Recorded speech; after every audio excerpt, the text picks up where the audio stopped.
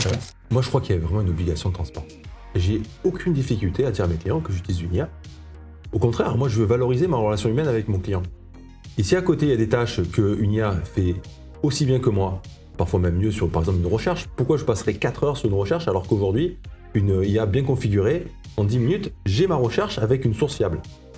Aucun intérêt de facturer ça. Par contre, moi, ce que je crois, c'est vraiment au forfait, à la facturation au forfait. C'est-à-dire, c'est la plus-value que je vais apporter à mon client. C'est ça qui l'intéresse. On prend l'exemple du bûcheron. Lorsque je vais acheter des bûches, qu'est-ce qui m'importe? Est-ce que le bûcheron va passer 4 heures avec sa hache à tout tailler pour me donner du bois? Ou bien il utilise tout simplement une tronçonneuse qui est automatique, il a fait ça en 5 minutes. C'est pas ça que je paye. Moi, ce que je paye, c'est d'avoir un bois de qualité qui me permet de me réchauffer. Je crois que pour l'avocat, ça peut être un peu la même chose. C'est-à-dire, j'apporte une plus-value sur ma stratégie, l'accompagnement. Parce qu'après tout, ce que veulent les clients, c'est qu'on soit accompagné, sécurisé, voilà, réconforter aussi, ou au contraire rappeler les obligations quand elles sont dépassées, quoi, tu vois.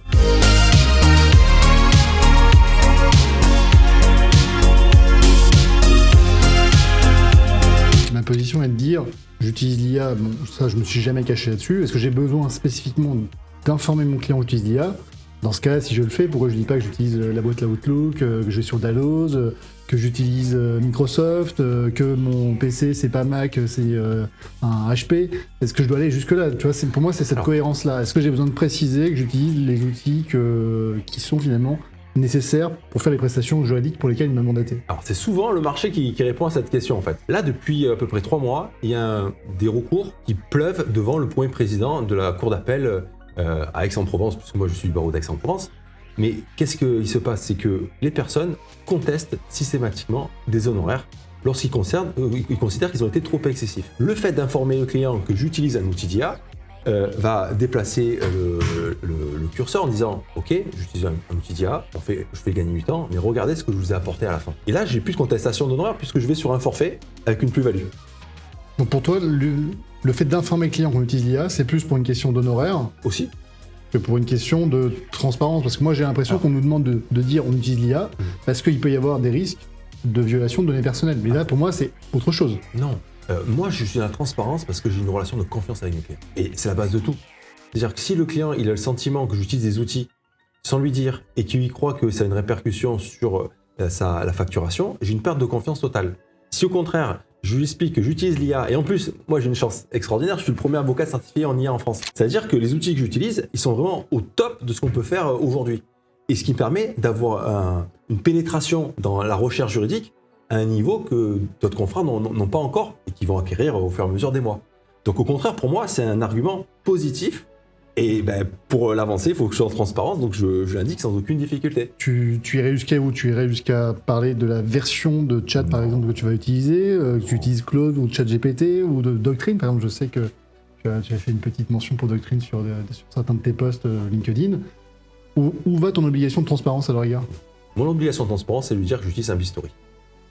Après, la manière dont je vais l'utiliser, c'est de ma responsabilité et c'est mon secret. Mais c'est pas uniquement le secret et la protection des données, c'est mon secret, c'est mon savoir-faire. Je vais surtout pas dévoiler mes secrets. Ma recette, mais tout à fait, c'est ma recette. Donc ça, et en plus, il n'y a aucun intérêt. Maintenant, si le client il souhaite être formé pour cela, c'est plus la casquette de l'avocat qui se présente, c'est la casquette du formateur. Mais je pense pas que mes clients me sollicitent pour ça. Quand tu les informes de l'utilisation de l'IA, c'est quoi? C'est à l'occasion d'un appel téléphonique? C'est dans un premier mail? C'est dans tes conventions d'honoraires? Comment tu l'intègres ça? De manière, c'est dans ma convention d'honoraires.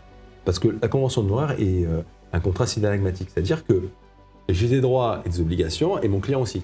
Moi, ce que je lui demande surtout, c'est de ne pas utiliser une IA qui ne respecte pas le RGPD. Pourquoi? Parce que, premièrement, ces IA qui sont souvent gratuites ont une fenêtre de contexte qui est très limitée. Donc, quand ils prennent nos conclusions et les pièces, qu'ils les mettent dans ces intelligences artificielles génératives, qu'est-ce qui se passe? Il y a beaucoup d'hallucinations. Et j'ai souvent des clients qui me posent des questions en me disant « Je ne comprends pas votre stratégie, j'ai lu que… » Bon, je pose la question, c'est qui vous l'a dit? C'est l'IA, ah très bien. Et qu'est-ce qu'elle vous dit? Exemple concret, j'ai un client qui me dit « Mais je ne comprends pas, j'étais victime d'une erreur médicale et là, vous n'avez pas fait d'action en faute inexcusable de l'employeur. » Je dis « Monsieur, ça n'a rien à voir. » Et là, en fait, l'IA avait complètement halluciné parce que c'était une IA gratuite qui n'était pas calibrée d'un point de vue juridique. Donc, quand je demande à mon client d'utiliser une IA qui respecte le RGPD, déjà, à minima, c'est une IA qui va être un peu plus calibrée. Et après, c'est la fuite de données, c'est pour lui. S'il met toutes ces données dans une IA gratuite et que l'adversaire tape son nom et des références et récupère tout, eh bien, on va perdre notre procès. Puisque en face, il va avoir une stratégie, il peut même récupérer des brides de conversation. C'est une catastrophe. Il y a un confrère en propriété intellectuelle qui racontait cette histoire qui m'a vraiment surpris. Son client arrive en lui disant « J'ai fait une découverte extraordinaire, c'est un brevet, c'est complètement fou. Tenez, regardez ce document. » Et en tête du document, il y a marqué le nom de son invention, qui était un nom très singulier qu'on ne pouvait pas connaître. Et là, j'ai l'avocat qui tape sur ChatGPT en direct le nom de cette invention, et là, il récupère tout le brevet. Et pourquoi l'avocat a fait ça? Parce que la manière dont était structuré le document, il s'est dit, il a utilisé une IA générative pour faire ce document. Et là, en fait, son brevet, il est dans le domaine public. Il n'y a plus rien à protéger, c'est fini. Cette découverte extraordinaire, il ne pourra pas la commercialiser. Donc, il y a vraiment un intérêt, au-delà de la transparence et la confiance, il y a aussi le fait qu'on est là pour protéger nos clients. Et utiliser une IA qui est gratuite, qui n'anonymise pas des données, là, sincèrement, ça ouvre des fuites contre nos clients. Tout à l'heure, là, on a vu de la conférence qu'on a filmée, qu'on mettra sur la chaîne YouTube. On te l'enverra aussi si tu veux en utiliser. On parlait donc de l'honoraire. Une des intervenantes, j'ai oublié son nom, peut-être qu'on la recréditera à ce moment-là, disait qu'il fallait peut-être revoir à la baisse nos honoraires. Moi, la première chose que je me suis dit, c'est que là, on n'a pas un problème d'honoraires, on a un problème de marketing. Ouais, le marketing, et après, sincèrement, les honoraires sont libres. Donc il y a des confrères qui vont facturer l'ouverture d'un dossier 5 000 €, pour paraître excessif. Sauf que s'il y a des personnes qui font la queue devant le cabinet et qui veulent à tout prix ce confrère-là, ils sont capables de payer 5 000 €. Et je ne parlerai pas de certains pénalistes qui ont eu accès à des fonctions très importantes, qui avaient des honoraires de 3 à 4 fois les sommes que je viens d'indiquer, ne serait-ce que pour les défendre. Je ne crois pas qu'il y ait ce problème-là. Je crois que la plus-value qu'on peut apporter à nos clients dans la relation de confiance peut justifier très simplement un honoraire. Par contre, il faut être transparent dès le premier rendez-vous et d'indiquer les honoraires. Il ne faut pas piéger les gens parce que là, ça crée beaucoup de problèmes. Et le consentement, c'est une des choses les plus importantes. Donc, on annonce. Le prix, la chose. Le prix, la chose. Comme ça, ça c'est process interne. Là, encore une fois, on n'est pas formé là-dessus, nous, avocats, mais je te rejoins tout à fait. Moi, j'annonce toujours mes honoraires au début. Il n'y a pas de facturation avant qu'on ait commencé à valider quoi que ce soit. Et quand je pose le stylo sur la table et que je commence à travailler, c'est qu'il y a déjà une convention avec un tarif qui a été indiqué. Donc là-dessus, j'ai pas de contestation d'honoraires. Ben oui. Et je crois que c'est la bonne pratique et c'est une question de respect de notre clientèle et cette relation de confiance qui se noue dès le premier entretien. Donc il faut être transparent sur ça et en plus, je trouve qu'il n'y a aucun tabou par rapport à ça. Tu as eu des clients qui t'ont reproché d'utiliser l'IA? Non. Ou qui t'ont dit n'utilisez pas l'IA? Non, et même au contraire, du fait de mon activité de formateur et comme je communique sur les réseaux sociaux sur justement l'IA pour former mes confrères, au contraire, ils sont plutôt fascinés. Et il y a le regard qui brille en me disant vous allez utiliser une IA? Je dis oui. Ah, super. Ouais, ça rassure. Ben oui. Ouais. Moi, je pense qu'on est l'avocat 2.0. Moi, je regarde mes écritures avant l'arrivée de l'IA, après l'arrivée de l'IA. Ah oui, on est monté en qualité. C'est même le 3.0 en plus. Est-ce que tu vois d'autres sujets pour rebondir par rapport à ça, sans dévoiler ce qu'on va faire tout à l'heure, puisque on aura notre conférence, donc je ne vais pas sur la visibilité et les réseaux sociaux. Mais est-ce qu'il y avait d'autres choses, toi, qui t'ont marqué tout à l'heure là sur... Non, moi, ce qui m'a marqué, c'est que on peut toujours imaginer qu'il y a un décalage entre nos institutions et le terrain. Mais lorsque on voit la vitesse à laquelle cette nouvelle technologie évolue, on ne peut pas les fustiger ou râler à travers les ordres ou le CNB, comme quoi il n'y a pas assez de cadres. Ça va trop vite. Moi, je suis formateur. J'en ai un exemple. On avait le modèle 4.6 de Opus chez Claude, qui est en début d'année, c'était un des meilleurs modèles au monde. 2 mois après, on a eu un nouveau modèle 4.7. Et qui a encore changé, qui a permis de faire une autre avancée, qui permet d'aller encore plus loin sur la rédaction d'actes, etc. L'environnement, il change à une vitesse folle. Donc, c'est difficile de reprocher aux instances du fait qu'elles n'arrivent pas à suivre cette évolution, alors que nous-mêmes, en tant que formateurs, parfois, on a le vertige. Moi, j'ai le vertige. Mais j'ai un vertige avec vraiment un sourire et je me dis que le meilleur reste à venir. On peut vraiment faire des choses extraordinaires. C'est-à-dire qu'aujourd'hui, un cabinet de structure humaine, il peut faire face à des très très grosses structures, sans aucun problème. Alors pour le côté un peu storytelling, anecdote, comment t'as plongé la première fois que tu découvres l'IA, comment ça se passe toi? Moi, c'est le 5 décembre 2022. D'accord, ça c'est marqué. Ah, mais ça m'a vraiment marqué. C'est un lundi soir. Je vais sur mon ordinateur, je vois une petite brève parce que j'ai toujours une veille sur. Je suis un peu geek, hein, je gérais déjà mes sites internet. Bon, ça me plaisait pas mal tout ça. Et là, je vois le ChatGPT 3.5, une IA générative de texte. Bon, je me dis, c'est quoi ça? Je vais dessus, je teste. Et là, je dis, ah, c'est intéressant. Et dès le lendemain, j'en parle à mon associé Julien Ayoun, à notre confrère de Marseille. Et je dis, Julien, j'ai trouvé quelque chose d'extraordinaire. Il y a une IA qui permet de faire du texte, etc. Il n'y croyait pas du tout. Mais pas du tout. Et moi, ça m'a interpellé. Et ce que j'ai cherché immédiatement, c'est est-ce qu'il y a un mode d'emploi? Il n'y a pas de mode d'emploi. C'est fou, on met à disposition un outil, on ne sait pas comment l'utiliser. Et j'ai compris dans les jours qui ont suivi. Pourquoi? Alerte rouge chez Google. Réunion qui fuite en disant on n'a pas d'IA. OpenAI a créé ChatGPT, il faut qu'on fasse quelque chose. Et en fait, le génie d'OpenAI, c'est quoi? C'est d'avoir attendu plus de 18 mois avant d'expliquer comment utiliser son outil. Pourquoi? Parce qu'ils ne voulaient surtout pas que Google ou Meta de chez Facebook puissent se former et créer leur propre IA pour arriver en concurrence. Et donc, qu'est-ce qui s'est passé? Moi, j'ai commencé à générer du texte avec des écueils, avec des fois des résultats qui dépassaient mes attentes. Et à ce moment-là, j'ai commencé à réécrire le blog de mon cabinet.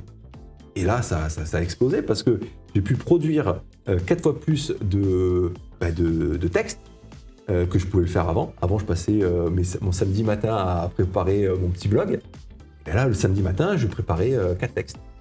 Et là, la machine s'est emballée, etc. Et on est arrivé en janvier 2024 à 220 000 visites de mon site internet. Et là, j'ai tout arrêté.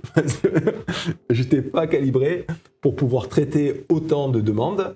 Alors, ça peut faire prétentieux, mais en fait, non, il faut être pragmatique. C'est qu'à un moment donné, si vous êtes trop sollicité et qu'à côté, il n'y a pas la structure pour faire ça, on arrête tout. Et je me suis reconcentré sur mon cœur de métier. Vous êtes combien? Je peux parler d'un associé, vous êtes combien? Alors aujourd'hui, on n'est que 3 et 2 secrétaires. D'accord. Et c'est une vraie volonté. Pourquoi? Parce que je suis spécialisé en dommages corporels et en responsabilité médicale, donc je fais que ça. Mon associé est spécialisé en droit de la famille, c'est la solution barreau. Et en fait, c'est nos cœurs de métier. Et le fait d'avoir ces outils d'IA nous permet d'être encore plus performants, d'aller encore plus loin et d'avoir une harmonie avec nos secrétaires qui sont formés aussi à l'usage de ces outils. Donc on a réussi à absorber une grosse demande tout en faisant en sorte d'être dans la qualité. Enfin, c'est l'objectif. Enfin, mais c'est un choix, je ne veux pas créer une structure, on va dire... enfin, voilà, donc on a réduit. Après, je pense en visibilité réseaux sociaux, j'imagine qu'il y aura peut-être cette côté... Oui. Où est-ce que toi tu voulais te positionner? Moi je parlerai aussi peut-être à ce moment-là où est-ce que moi je voulais me positionner. On va pas déborder, hein, mais pensez à vous abonner. Je voulais finir sur ta chaîne YouTube. J'ai vu que tu fais partie de ces rares avocats qui ont dépassé les 100 000 abonnés. Je crois que tu en as 120, 125 si je dis pas de bêtises. Ouais. Tu as créé ta chaîne quand et pourquoi? Alors c'est très simple. En fait, je commence mes premières conférences, nous sommes fin 2023. Et donc, à la fin de chaque conférence, mes confrères viennent me voir en me disant « Je veux des ressources, peux-tu aller un peu plus loin ?» ou « J'ai pas eu le temps de tout noter, ça va trop vite. » Quand tu dis des conférences, c'est des formations? Des formations sur l'intelligence artificielle. D'accord, okay. Donc ça a commencé comme ça. Et donc là, je me suis dit « Bon, autant mettre un outil à disposition avec des ressources. » Et là, en fait, ça m'a dépassé complètement. La chaîne a explosé. C'est-à-dire qu'on prenait 10 à 20 000 abonnés tous les mois. Et donc, moi, je me suis concentré sur des contenus qui étaient des contenus short, plus courts. Et à ce moment-là, j'étais privilégié par YouTube. Pourquoi? Parce qu'en face, il y avait TikTok qui donnait beaucoup de contenu. Et YouTube a décidé pendant plusieurs mois de privilégier les contenus qui étaient short. Et donc, on s'est retrouvés sur le devant de la scène. Et moi, ça m'a permis de communiquer avec mes confrères. Et on a plus de 1000 confrères formés sur les 2 dernières années. Et moi, c'est un support. Alors, de temps en temps, je remets des vidéos. Là, en ce moment, j'ai tourné des vidéos avec LexBase. Enfin, voilà, l'objectif, c'est d'être dans le partage, en fait. Hein, parce que j'ai aucune monétisation. D'ailleurs, j'ai refusé la monétisation pour des raisons déontologiques, mais aussi parce que je veux éviter qu'il y ait trop de publicité sur mes contenus et être plutôt dans le partage. Voilà, je fais ça. Ça me plaît, c'est super sympa. Mais j'ai eu un choc lorsque j'ai reçu mon petit trophée. Puisque le soir même, j'ai apporté à mes filles et elles m'ont dit « Ah, papa, il est youtubeur ». Et sur le branding, l'image, et c'est quelque chose qui est très positif finalement. Et le fait de ne pas avoir cette pression financière me permet d'être encore plus dans la liberté de ce que je peux entreprendre. Donc c'est un choix. Attention, je ne crache pas dans la soupe, il n'y a pas de souci sur ça. Mais voilà, c'est ma petite coquetterie. Bon, on invite évidemment à rejoindre la chaîne de Patrice, même si est-ce qu'il en a vraiment besoin? Non, mais l'objectif, c'est de pouvoir surtout informer mes confrères et le grand public aussi sur ça. Mais maintenant, je suis très content parce que ça a créé beaucoup de... comment dire, un émoi qui a permis à beaucoup de personnes de développer ce type de contenu. Et je vois de plus en plus de contenu sur l'IA. Alors sur l'IA juridique, non, j'en vois pas, mais bon, peut-être... T'as une niche. Voilà, moi je suis dans niche, une niche, voilà, c'est mon domaine, et c'est ce qui me passionne en fait. Bah, ça se ressent quand tu en parles, donc c'est très agréable. Donc merci beaucoup en tout cas. Et moi je voulais te dire quelque chose. Il y a la caméra, mais je le redirai. Je trouve que tu fais un travail fabuleux dans ta chaîne. Pourquoi? Parce que tu es un des derniers et des rares défenseurs de la liberté d'expression. Par ton travail que tu fais, de parfois vulgarisation de certaines notions pour permettre aux personnes qui prennent connaissance d'informations de pouvoir avoir un recul, mais surtout tu permets à tous les gens qui consultent ta chaîne et tes vidéos de réfléchir. Et ça, je trouve ça, c'est un super acte de militantisme en tant que défenseur des droits. Et sur ça, vraiment, je suis pas là à distribuer des médailles, quoi que ce soit. Moi, je suis personne. Mais en tant que confrère, je voulais te dire que tu fais un travail fabuleux et j'apprécie vraiment tes vidéos. Voilà. Merci beaucoup pour ces mots, c'est très gentil. Voilà. Merci beaucoup. Fini sur cette belle note. Donc pensez à vous abonner à la chaîne de Patrice. Je pense qu'on la mettra en collaboration, la vidéo, donc elle sera sur ta chaîne. En fait, ça apparaît aussi sur ta chaîne. Allez, mais génial. On t'enverra le fichier avec Gauthier, comme ça si tu veux le retravailler. bien sûr. Bon, merci beaucoup. À bientôt. Top.